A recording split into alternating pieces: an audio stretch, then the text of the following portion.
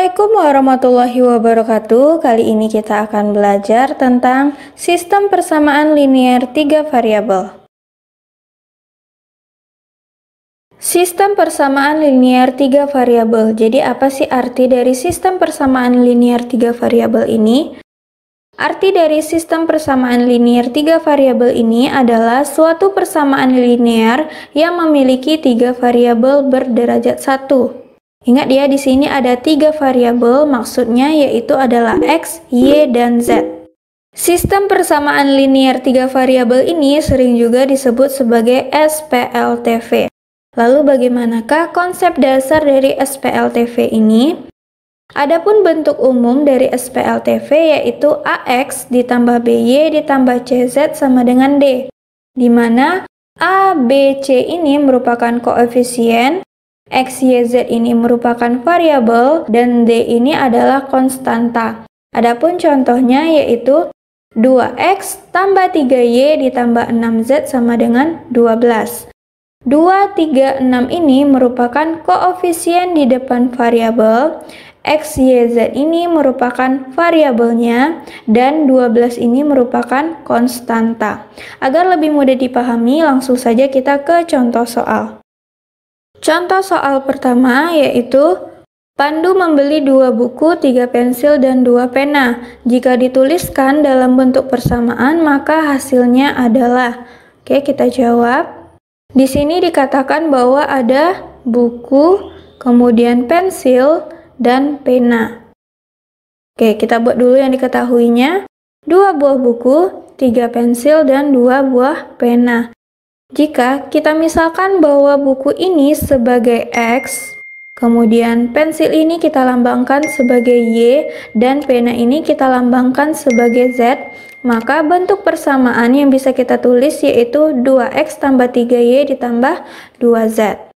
Yang mana artinya 2X ini menandakan bahwa ada 2 buah buku, 3Y ini artinya ada 3 buah pensil, dan 2Z ini menandakan bahwa ada 2 buah pena. Kita tinggal mengganti jenis yang diketahui pada soal dalam bentuk variabel matematika. Nah, kayak buku kita jadikan sebagai X, simbolnya pensil sebagai Y, dan pena itu sebagai Z.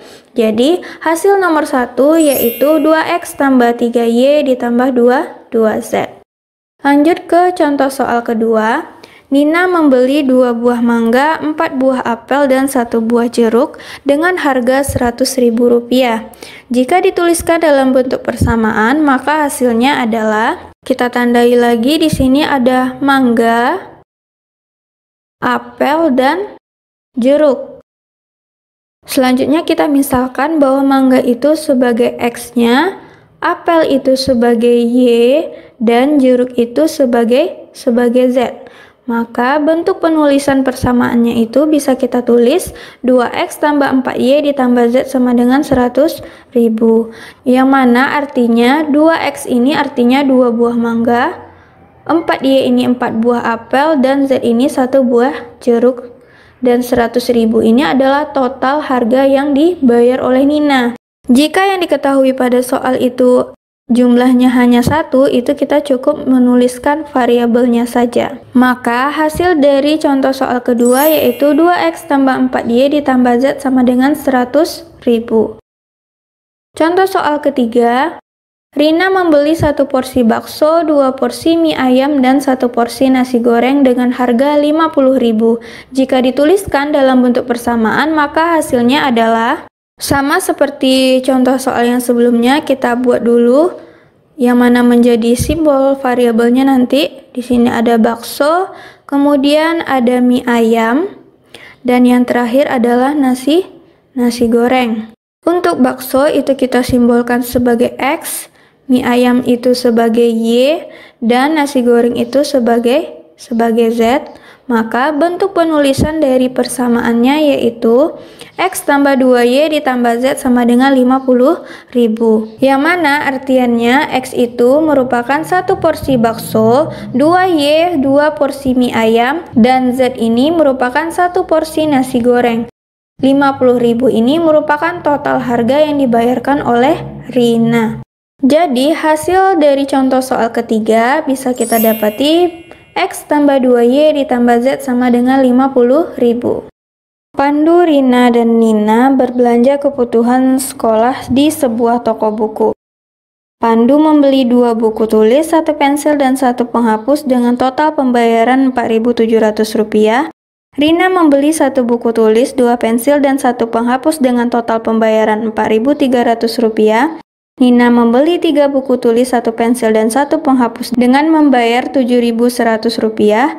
Jika Coki ingin membeli 1 buku tulis, 1 pensil, dan 1 penghapus di toko buku yang sama, berapa uang yang harus disediakan oleh Coki? Untuk menjawab soal ini, tentu kita harus mengetahui berapakah harga satuan baik itu buku tulis, pensil, maupun penghapus. Atau kita harus mengetahui berapakah nilai X, Y, maupun dan Z. Untuk mencari itu, kita bisa menggunakan beberapa metode. Yang pertama yaitu metode eliminasi. Yang kedua, metode substitusi. Yang ketiga, metode campuran. Untuk mencari ketiga metode ini akan kita bahas di video selanjutnya. Sekian pembelajaran kita pada hari ini. Jangan lupa di subscribe bagi yang belum subscribe. Dan jangan lupa nyalakan tombol notifikasi agar kamu tidak ketinggalan video selanjutnya. Dan jangan lupa juga like video ini. Assalamualaikum warahmatullahi wabarakatuh.